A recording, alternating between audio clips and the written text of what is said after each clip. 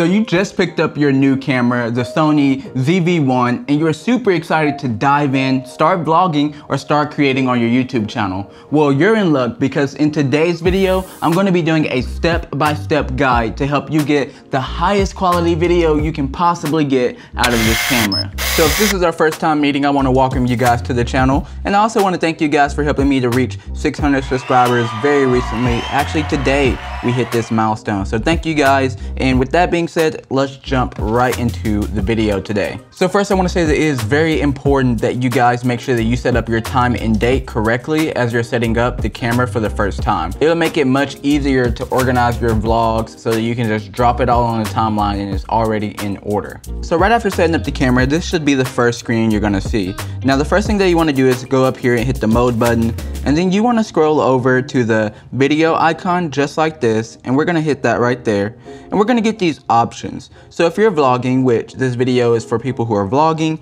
then you want to go over to shutter priority. So what this will do is allow you to keep your shutter speed at whatever you choose it to be, and traditionally that's double whatever the frame rate is. Now with that being said, the aperture and the ISO will adjust automatically to fit the ideal conditions that you're shooting in. Alright, so now that you're in shutter priority mode, the first thing that you want to do is go over and hit menu. And right in here, you want to go over until you get to the second camera icon. So as soon as you get into this menu setting, the first thing that you want to do is go to file format, and you want to go up to 4K. I like to shoot in 4K. This is not mandatory if you don't want the higher file sizes, but for me, this is what I'm going to be shooting in today. Next, you're going to go to your record setting, and for me, again, I like to do 24 frames per second, and I'm going to do that at 100 megabytes per second. That is what the M stands for. So we're going to click that. Now we're set up and we can hit the shutter button to go right back here. This wheel right here is for adjusting the shutter. So what we're gonna do is we're gonna make that into double whatever we set our frame rate to. So since I did 24 frames per second, that's about 1/50 frames per second. And so I'm just gonna click the middle button, and now we're all set up. So the next thing to do is to turn off this annoying filter that comes automatically turned on the camera. And so to do that, we're gonna go to menu, we're gonna go to the first camera icon, and we're gonna scroll over. And right here where it says soft skin effect, we wanna go turn that off, because basically what that does is make you look kind of fake and glossy, like a porcelain doll. If you like it, you can keep it on, but I don't think you're gonna get the best settings with that setting turned on. So if you're someone who doesn't like to edit a lot, you're pretty much good right here for your camera settings. You don't need to change much else. But for me, I like to make sure that my colors are really, really good. So for everybody watching this video continuing forward, this is to make sure that your colors are the best they could be. So what we're gonna do is we're gonna go to menu, we're gonna go over to the first setting again, and we're gonna go find our picture profiles. So right over here in our picture profiles, we can just go to the first one, click the arrow key to go over, and we're gonna do HLG3. So we're gonna click that, and then we need to just make sure that our color mode is on BT 2020. That's gonna give us some really good colors out of the camera.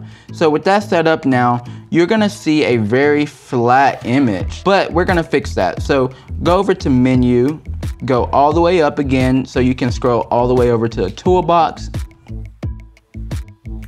And over here in the toolbox, we have this thing called Gamma Display Assist. So what you can do is you can turn this to auto, or you can just select the codec, which is HLG, and our gamma is 2020, so this is perfect.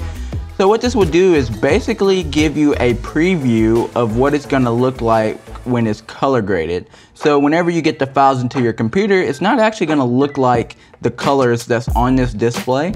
You're gonna be able to go in and add in all your own colors to give your footage the exact look that you want it to look like. The next thing that I wanna do is make this super easy for you to turn the Gamma Assist off and on fairly quickly. So to do that, we're gonna go over to menu again, go to the second camera icon, and we're gonna go to custom key, but make sure that you're on the video icon. The first icon is actually for pictures. So in the video custom key icon, we're gonna go and we're gonna set it to whatever button we want. So for me, I'm gonna set it to my right arrow key right over here. So I'm just gonna scroll until I can find 4 right there. I'm gonna click that, and then we're gonna just scroll over until we see that setting, which we can set it to.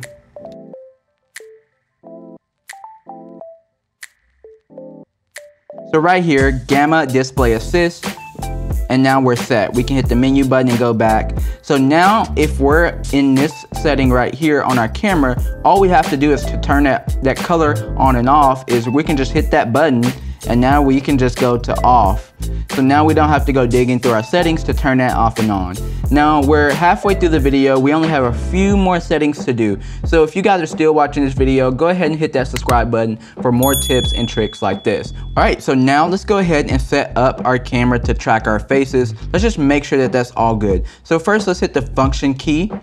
And now we're just gonna scroll over to our focus area. Now over here in our focus area, we just wanna go up and make sure it's on wide. So what this will do is analyze the entire frame to scan for any faces, so it can pick up any faces and track eyes and etc. So let's just make sure, again, that our eye tracking and our face tracking is turned on. So let's go to menu, and we're just gonna keep scrolling over until we see face and eye AF set. So we're just gonna click that, make sure it's on human, because you're a human. And then you're gonna turn on eye, and you're just gonna keep all these settings exactly how they are. This is actually really good. So if you set up your camera from as soon as you took it out the box, you actually don't even have to worry about that. So with that being said, you guys are all good. You're good to go. You're gonna be getting the best settings that you can out of this camera.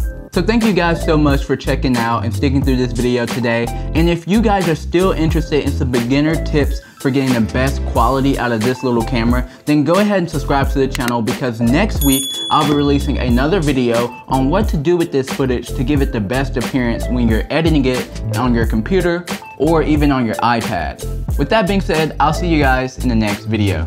Peace.